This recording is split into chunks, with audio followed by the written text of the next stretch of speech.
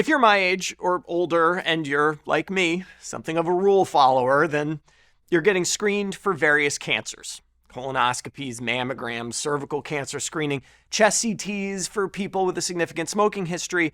The tests are done and usually, but not always, they're negative. And if positive, usually, but not always, follow-up tests are negative. And if they aren't, and a new cancer is diagnosed, you tell yourself, well, at least we caught it early. Isn't it good that I'm a rule follower? My life was just saved. But it turns out, proving that cancer screening actually saves lives is quite difficult. Is it possible that all this screening is for nothing?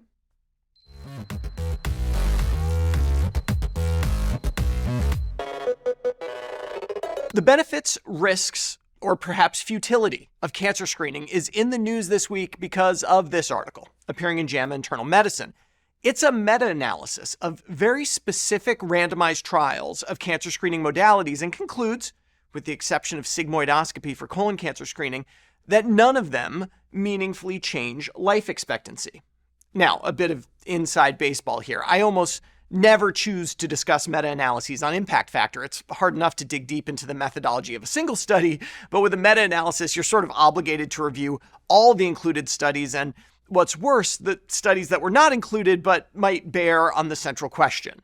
In this case, though, the topic is important enough to think about it a bit more, and the conclusions have large enough implications for public health that we should question them a bit. First, let's run down the study as presented. The authors searched for randomized trials of cancer screening modalities. This is important and I think appropriate. They wanted studies that took some people and assigned them to screening and some people to no screening, avoiding the confounding that would come from observational data. Rule followers like me tend to live longer due to a variety of healthful behaviors, not just cancer screening.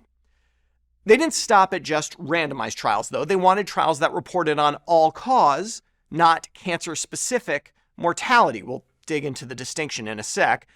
Finally, they wanted trials with at least 10 years of follow-up time. These are pretty strict criteria, and after applying that filter, we're left with a grand total of 18 studies to analyze. Most were in the colon cancer space. There were only 2 studies that met criteria for mammography screening. Right off the bat, this raises some concerns to me. In the universe of high-quality studies of cancer screening modalities, this is really just the tip of the iceberg. And the results of meta-analyses are always dependent on the included studies, definitionally. The results, as presented, are compelling. None of the individual screening modalities significantly improved life expectancy except for sigmoidoscopy, which improved it by a whopping 110 days. Now, side note, averages are tricky here. It's not like everyone who gets screened gets 110 days.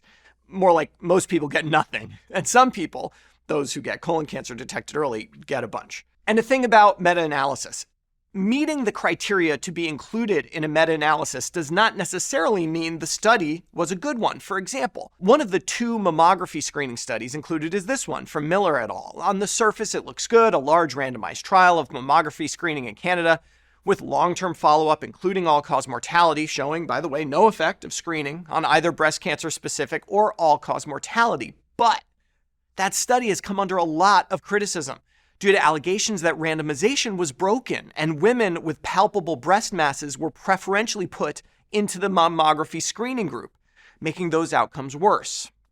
The authors of the current meta-analysis don't mention this. Indeed, they state they don't perform any assessments of the quality of the included studies. But I don't want to criticize all the included studies. Let's think bigger picture. Randomized trials of screening for cancers like colon, breast, and lung cancer in smokers have generally shown that those randomized to screening had lower target cancer-specific mortality. Across all the randomized mammography studies, for example, women randomized to mammography were about 20% less likely to die of breast cancer than those who were randomized to not be screened, particularly among those above age 50. But it's true that all-cause mortality on the whole has not differed statistically among those randomized to mammography versus no mammography. What's the deal?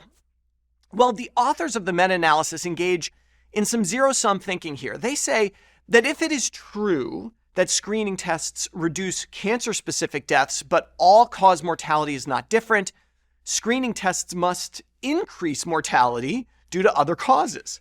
How? Well, they cite colonic perforation during colonoscopy as an example of a harm that could lead to earlier death, which makes some sense. For mammogram and other less invasive screening modalities, they suggest the stress and anxiety associated with screening might increase the risk of death. This is a bit harder for me to defend. The thing is, statistics really isn't a zero-sum game. It's a question of signal versus noise. Take breast cancer, for example. Without screening, about 3.2% of women in this country would die from breast cancer.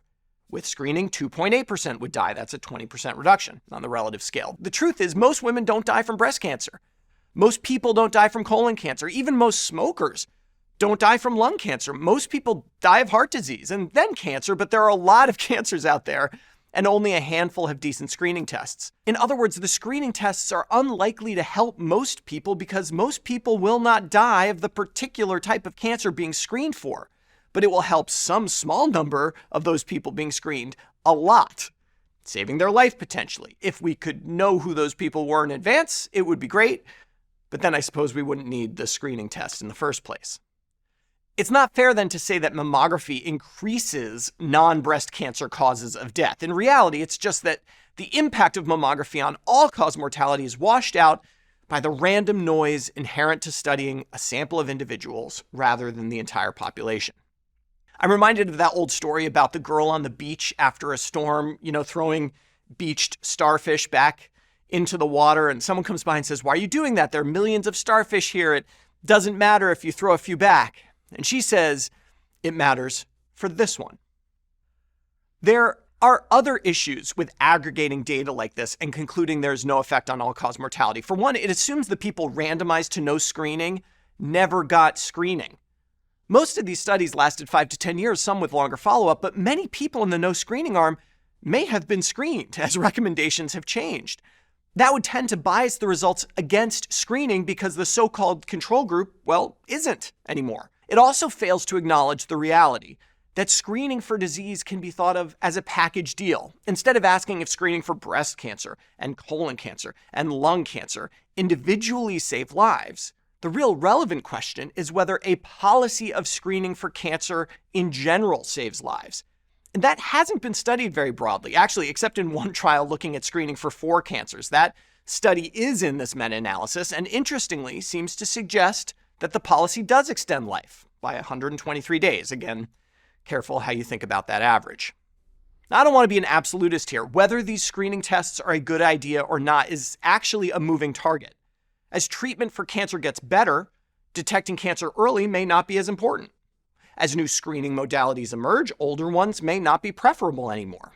Better testing, genetic or otherwise, might allow us to tailor screening more narrowly than the population-based approach we have now. But I worry that a meta-analysis like this, which concludes that screening doesn't help on the basis of a handful of studies, without acknowledgement of the signal-to-noise problem, without accounting for screening in the control group, without acknowledging that screening should be thought of as a package, will lead some people to make the decision to forego screening. And for, say, 49 out of 50 of them, that may be fine. But for 1 out of 50 or so, it matters for that one. For Medscape, I'm Perry Wilson.